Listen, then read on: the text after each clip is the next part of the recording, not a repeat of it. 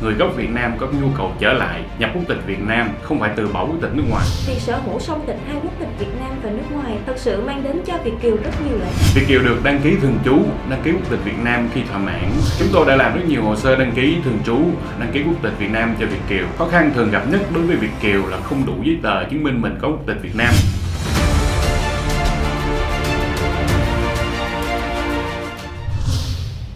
Xin chào, mình là Diễm Trang. Chào mừng các bạn đến với kênh của công ty luật CIS. Hiện nay, Việt kiều đang ngày càng có xu hướng về nước cư trú lâu dài, không chỉ là thăm thân nhân mà còn đầu tư kinh doanh, thành lập công ty, mua nhà đất, sinh sống ổn định tại Việt Nam. Những hoạt động này đóng góp rất nhiều cho sự phát triển kinh tế xã hội của Việt Nam. Vậy, pháp luật Việt Nam quy định như thế nào về thủ tục đăng ký thường trú, đăng ký quốc tịch Việt Nam cho Việt kiều? Mời các bạn tìm hiểu thông qua trao đổi với luật sư Hoàng Trung Kiên, luật sư của công ty luật CIS nhé. Xin chào luật sư, xin luật sư cho biết pháp luật Việt Nam quy định như thế nào về việc đăng ký thường trú, đăng ký quốc tịch Việt Nam của Việt kiều ạ? Xin chào các bạn. Theo quy định của luật quốc tịch Việt Nam hiện hành, người gốc Việt Nam có nhu cầu trở lại nhập quốc tịch Việt Nam, không phải từ bỏ quốc tịch nước ngoài. Điều này tạo cho điều kiện thuận lợi cho người Việt Nam đã định cư và nhập quốc tịch nước ngoài muốn trở lại và nhập quốc tịch Việt Nam. Do đó, thủ tục đăng ký thường trú, đăng ký quốc tịch Việt Nam của Việt kiều hay còn gọi là thủ tục đăng ký song tịch cho phép kiều bào được giữ quốc tịch nước ngoài, đồng thời được công nhận là công dân Việt Nam và hưởng mọi quyền lợi như công dân Việt Nam. Trong bối cảnh toàn cầu hóa, nhiều nước đã nới lỏng chính sách quốc tịch cho phép công dân của mình được có hai quốc tịch hoặc là đa quốc tịch. Vì vậy, số lượng người gốc Việt Nam có nhu cầu nhập trở lại quốc tịch Việt Nam ngày càng tăng. Xin luật sư cho biết lợi ích của việc có hai quốc tịch Việt Nam và nước ngoài ạ? Trước tiên, lợi ích của người song tịch hai quốc tịch là được hưởng tất cả các ưu đãi, quyền lợi về kinh tế, chính trị, phúc lợi xã hội của cả hai quốc gia mà họ đều là công dân. Cụ thể, họ sẽ được sống, làm việc, được học tập, được chăm sóc sức khỏe, được đứng tên và sở hữu công ty, được sở hữu và mua bán bất động sản, được bảo lãnh người thân, được quyền ứng cử, bầu cử, v.v. Đặc biệt, những người song tịch hai quốc tịch sẽ thuận lợi hơn trong việc xuất nhập cảnh bởi họ không cần phải xin visa hoặc thẻ thường trú. Ví dụ, khi bạn có quốc tịch Mỹ và về Việt Nam, khi ra và vào Mỹ sử dụng hộ chiếu Mỹ, khi ra và vào Việt Nam phải sử dụng hộ chiếu Việt Nam. Tuy nhiên, khi check-in tại các hãng hàng không, bạn cần xuất trình cả hai hộ chiếu để chứng minh không cần visa cho những nước sẽ bay đến như Mỹ hoặc Việt Nam. Việc sở hữu song tịch quốc tịch Việt Nam và bên cạnh quốc tịch nước ngoài còn là mang lại những lợi ích mà không cần phải xin visa đi lại giữa các nước trong ASEAN như là Singapore, Lào, Myanmar, v.v. Như vậy, việc sở hữu song tịch hai quốc tịch Việt Nam và nước ngoài thực sự mang lại nhiều lợi ích, tạo điều kiện thuận lợi cho kiều bào có nhu cầu làm ăn, sinh sống lâu dài tại Việt Nam. Thưa luật sư, Việt kiều cần phải đáp ứng những điều kiện gì để có thể thực hiện thủ tục đăng ký thường trú, đăng ký quốc tịch Việt Nam ạ?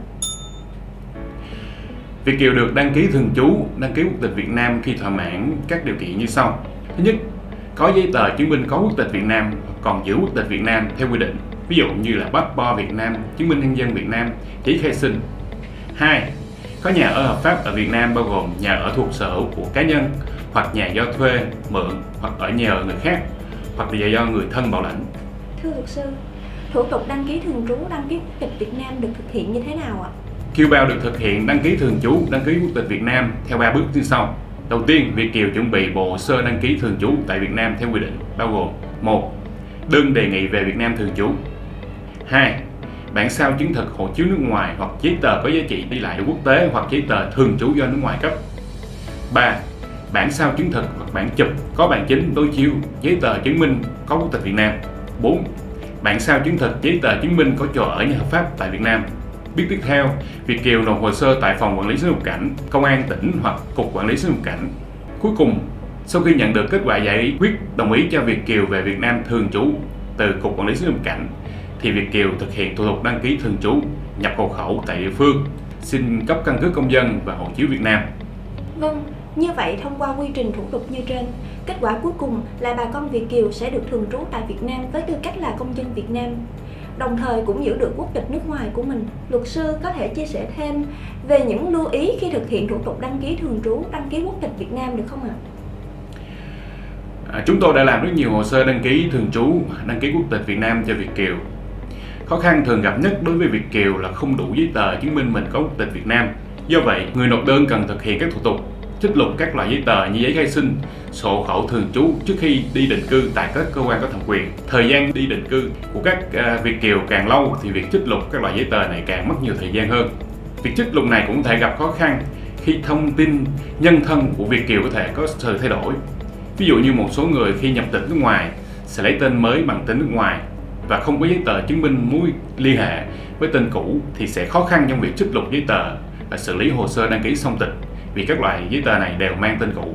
Bên cạnh đó, trong quá trình thực hiện thủ tục, cơ quan nhà nước có thể yêu cầu giải trình một số thông tin liên quan đến nhân thân người đăng ký thường trú và thời gian giải quyết thực tế tại Cục Quản lý xuất nhập cảnh về việc đăng ký thường trú tại Việt Nam của Việt kiều khá dài, khoảng từ 4 đến 6 tháng. Do vậy, người nộp hồ sơ phải theo dõi thường xuyên tình trạng giải quyết hồ sơ để cung cấp bổ sung kịp thời các giấy tờ nếu Cục Quản lý xuất nhập cảnh có yêu cầu. Vâng, xin cảm ơn những chia sẻ của luật sư. Như vậy, thông qua các chia sẻ cùng luật sư, các bạn đã biết được các quy định cơ bản liên quan đến thủ tục đăng ký thường trú, đăng ký quốc tịch Việt Nam cho Việt kiều. Việc sở hữu song tịch hai quốc tịch Việt Nam và nước ngoài thật sự mang đến cho Việt kiều rất nhiều lợi ích.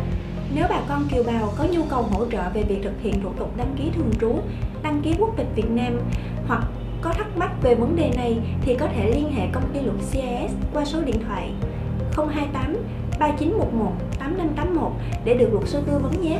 Công ty luật sẽ tạm dừng buổi chia sẻ tại đây. Các số tiếp theo, công ty luật sẽ tiếp tục mang đến những thông tin pháp lý hữu ích. Nếu thấy video hữu ích, các bạn hãy like, share và subscribe kênh của công ty luật CIS. Xin chào tạm biệt và hẹn gặp lại các bạn trong những video tiếp theo.